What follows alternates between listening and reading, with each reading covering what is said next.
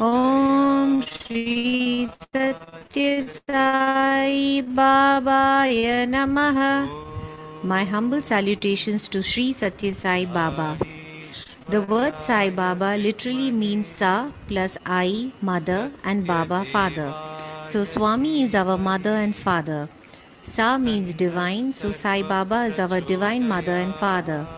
When a child is young, the foremost duty of the parents is to nurture him, protect him, and imbibe values in the child.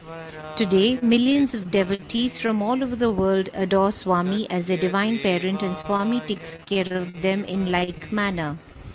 An incident that took place on 4th July 1996 speaks for itself. On this day, while giving a talk on Swami, one student addressed him as My Sai Mata. He further said, I do not have a mother, but I am blessed with the love of 1,000 mothers. In the divine discourse that followed, Swami explained this statement. He said, Do you all know why this student referred to me as Sai Mata? 10 years ago, when this boy and his brother were young children, their mother was brought to Vrindavan on a stretcher. They had arrived from Himachal Pradesh. The mother was seriously ill. I drew the children close to me and promised her, From now on, these children are mine. Don't worry. The mother was relieved. Later, she passed away. Their father rarely comes here. The children have been left under Swami's care.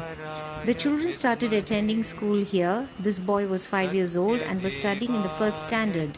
One day, the lady warden brought him to me saying, This child is missing his mother terribly. He does not even eat his food and keeps crying all the time. I took him to the interview room and materialized a ring for him. I pacified him in many ways. From that moment, he was able to overcome his sorrow. He was joyous. This represents just one example. There are millions of people around the world who, as his children, are being constantly looked after by Swami. Swami's love is that of 1,000 mothers, but we are unable to comprehend this. So many of us keep feeling, Swami did not look at us, he did not talk to us. 2 years ago, a middle-aged gentleman came for Swami's darshan after his father's demise. He was sitting in the first row. As Swami came along, this person was overwhelmed with his father's memories and was unable to control his tears. Swami walked up to him and told him lovingly, Don't cry, serve your mother. And from that moment, miraculously, his sufferings eased, because the gentleman realized that he was under his divine father's care. Swami says, Your own parents may love you with some selfish intent, but this divine Sai Mata and Pita showers compassion on you, only so that you may attain success in your efforts towards self-realization. Om Shri Satya Sai Natarpanamastu.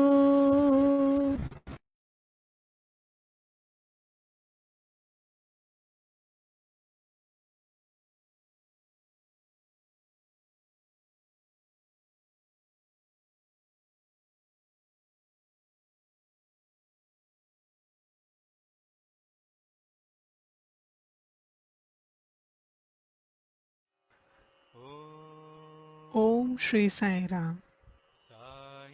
ओम श्री साई सत्य साई बाबाए नमः। श्री सत्य साई बाबा को हमारा सादर प्रणाम। श्री साई बाबा, इस नाम का अर्थ इस प्रकार है। साई यानी स जमा आई और बाबा यानी पिताश्री। इसका मतलब स्वामी हम सब के माता पिता हैं। सा का अर्थ दैवी, अतः साईं बाबा दैवी माता पिता हैं। बालक जब छोटा होता है तब उसका पालन पोषण करना, उस पर सुसंस्कार करना, उसकी रक्षा करना, ये कार्य माता पिता करते हैं।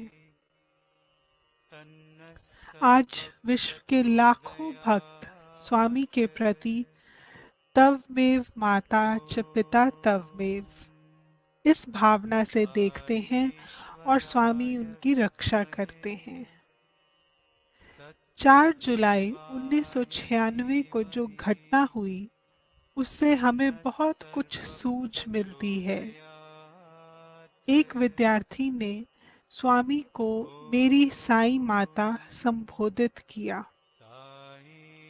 आगे उसने अपने भाषण में कहा, मुझे मेरी माता नहीं मिली, किंतु इसके बदले में हजारों माताओं के प्रेम का लाभ हुआ। सभी विद्यार्थियों के भाषण समाप्त होने पर जब स्वामी ने प्रवचन शुरू किया, तब ये बताया कि इस विद्यार्थी ने मुझे साईं माता इस प्रकार क्यों संबोधित किया।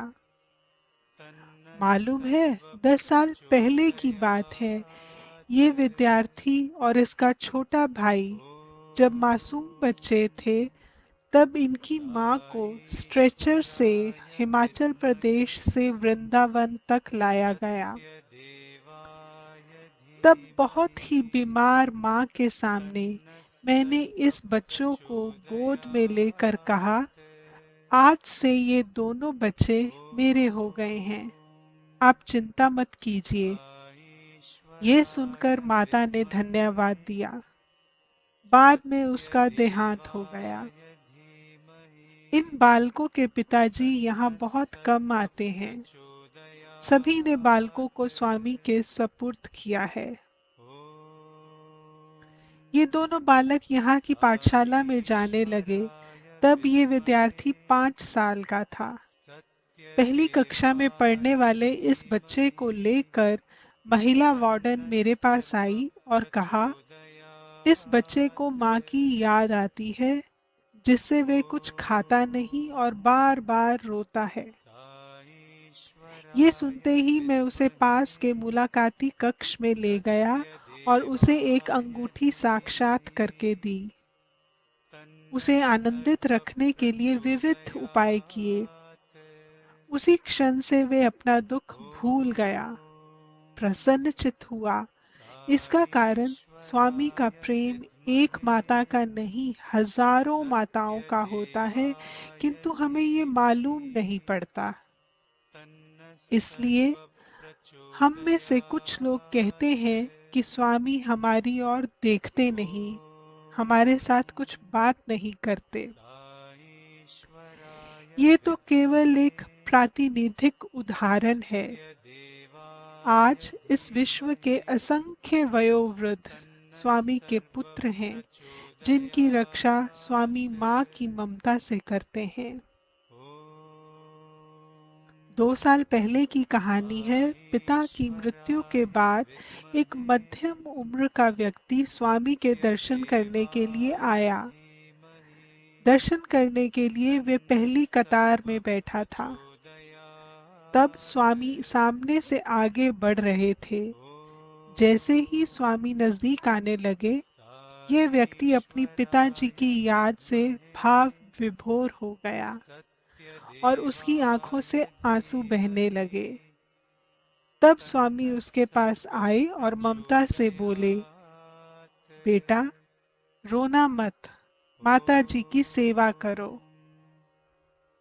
Do not cry, serve your mother. उसी क्षण से उसके पिताजी के वियोग का दुख कम हुआ। उसने जाना कि साईं पिता की कृपा दृष्टि मुझ पर है। स्वामी कहते हैं, आपके माता पिता के प्रेम के पीछे स्वार्थ हो सकता है, किंतु ये साईं माता और पिता आप पर दया की वर्षा केवल इसलिए करते हैं, आप आत्म साक्षात्कार के लिए जो प्रयास कर रहे हैं उसमें विजय प्राप्त कर सकें। ओम श्री सत्य साई नाथाय अर्पणमस्तु।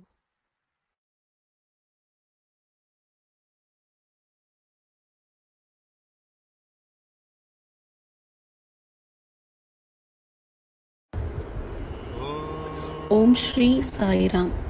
ओम श्री साई सत्य साई बाबाय நமஹ। ஸ்ரீ சத்ய சாய் பாபாவுக்கு எங்கள் நமஸ்காரம். சாய் பாபா, இந்த பெயருக்கு என்ன அர்த்தம்? சாய் என்றால் சா பிளஸ் ஆயி, ஆயி என்றால் மராட்டிய மொழியில் அம்மா என்று அர்த்தம். பாபா என்றால் அப்பா. இதன் உட்பொருள் சாயி என்ற சுவாமி நமக்கு தாயும் ஆவான், தந்தையும் ஆவார் என்பது உட்பொருள். சாய் என்றால் தெய்வீகம் என்று அர்த்தம். சாய்பாபா எப்போதும் தெய்வீகமான தாயும் தந்தையும் ஆவார் என்பதுதானே. குழந்தைகளுக்கு உடல்நலம் இல்லை என்றால் அந்த குழந்தையை கண்ணும் கருத்துமாக கவனிப்பது, அதன் உடல்நலத்தை பேணி சீராக்குவது, பாதுகாப்பது போன்ற காரியங்களை எல்லாம் நம் தாயும் தந்தையும் தானே அக்கறையோடு கவனிப்பார்கள் இல்லையா? துவமேவ மாதாச்ச பிதா துவமேவ. இன்று உலகில் லட்சக்கணக்கான பக்தர்கள் சுவாமியை நீயே தாய், நீயே தந்தை என்றுதான் நினைக்கிறார்கள். சுவாமியும் அவர்களுக்கு எல்லாம் தாயாகவும் தந்தையாகவும் இருந்து அவர்கள் மீது அன்பையும் கருணையையும் பொழிகிறார். 1996 ஜூலை மாதம் 4ஆம் தேதி நடந்த ஒரு நிகழ்ச்சியை இங்கு சொன்னால் அது பல விஷயங்களையும் விளக்கும். அன்று ஒரு மாணவன் சுவாமியை சாய் மாதா என்று அழைத்து வணங்கினான். நான் என் அம்மாவை இழந்துவிட்டேன், ஆனால் இன்று 1000 அம்மாவின் அன்பை பெற்றுவிட்டேன் என்று சொன்னான். சுவாமி இதை மாணவர்களுக்கு தரிசனம் கொடுக்க வந்தபோது குறிப்பிட்டு சொன்னார். இந்த மாணவன் என்னை ஏன் அம்மா, அதாவது சாய் மாதா என்று அழைத்தான் என்பது உங்களுக்கு தெரியுமா என்று கேட்டார். 10 வருடங்களுக்கு முன்னால் நடந்தது. அந்த சிறுவனும் அவன் சகோதரனும் சின்னஞ்சிறு வயதில் அவர்களின் தாயை இமாச்சல பிரதேசத்திலிருந்து செச்சரில் பிருந்தாவனத்துக்கு கொண்டு வந்தார்கள். அந்த சிறுவர்களின் தாய் நோயால் வெகுவாக பாதிக்கப்பட்டிருந்தாள்.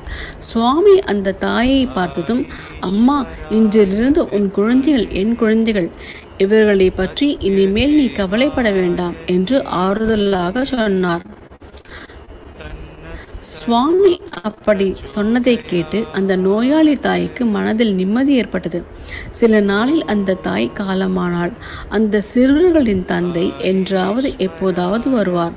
தன் குழந்தைகளின் எதிர்காலம் சுவாமியின் பொறுப்பு என்று ஒப்படைத்து விட்டார். அந்த பிள்ளை இங்குள்ள பள்ளியில் தான் படிக்கிறான். அவனுக்கு அப்போது 5 வயது இருக்கும். முதல் வகுப்பில் படிக்கும் அந்த பிள்ளையை அழைத்து கொண்டு அவன் பெண் வார்டன் சுவாமியிடம் வந்து, சுவாமி, இந்த பிள்ளை எப்போதும் அவன் அம்மாவை நினைத்து அழுது கொண்டே இருக்கிறான், சாப்பிட மாட்டேன் என்கிறான் என்றான். சுவாமி அந்த பிள்ளையை உள்ளறைக்கு அழைத்து சென்று அன்புடன் தன் அருகே அணைத்து கொண்டார். அவனுக்கு ஒரு மோதிரம் வரவழைத்து கொடுத்தார். அவனை உற்சாகப்படுத்தி சில வித்தைகளை செய்து காட்டினார். அதை பார்த்த அந்த பிள்ளை அந்த நிமிஷத்திலிருந்து அழவில்லை, துயரத்தை மறந்துவிட்டான், கலகலப்பாக இருந்தான். அதற்கு காரணம் என்ன? சுவாமியின் அன்பு. சுவாமியின் அன்பு 1000 தாயின் அன்புக்கு ஈடாகும். நாம் தான் அது பற்றி அறியாமல் இருக்கிறோம். நம்மில் சிலர் சுவாமி எங்களை கவனிக்கவில்லை என்றும் பேசவில்லை என்றும் சொல்வார்கள், வேதனைப்படுவார்கள். அது அறியாமை. சுவாமி எங்களுக்கு துணையாக இருந்து காக்கவில்லை என்றும் சிலர் சொல்வார்கள். அது சுவாமியை அவர்கள் சரியாக புரிந்து கொள்ளவில்லை என்பதுதான். உதாரணமாக, இன்று உலகம் முழுவதும் சிறுவர்கள் முதல் பெரியோர்கள் வரை சுவாமிக்கு எத்தனையோ குழந்தைகள். உலகில் உள்ள பலவரும் சுவாமியின் குழந்தைகள். அவர்கள் மீது சுவாமி தாயின் அன்பை பொழிகிறார். இது 2 வருடங்களுக்கு முன் நடந்த சம்பவம். ஒரு நடுத்தர வயது உள்ளவர் தன்னுடைய தந்தை இறந்த துயரம் தாழாமல் சுவாமியை தரிசிக்க வந்தார். தரிசனம் தரும் இடத்தில் முன் வரிசையில் உட்கார்ந்து இருந்தார். சுவாமி அங்கு எழுந்து அருளினார். சுவாமியை கண்டதும் பக்தர்களுக்கெல்லாம் ஒரே பரவசம்.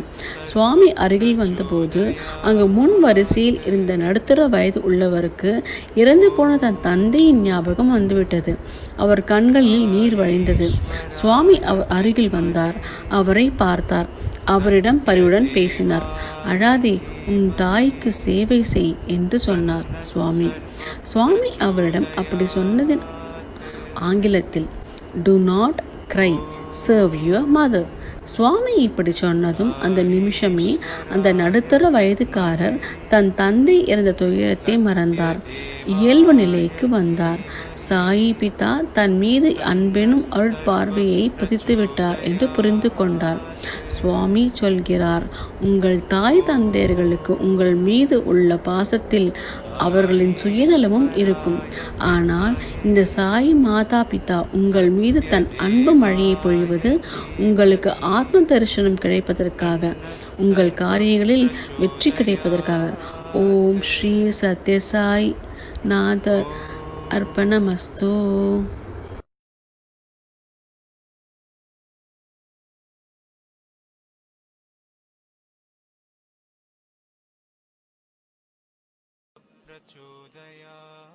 ఓం శ్రీ సాయి సత్య సాయి బాబాయ నమః.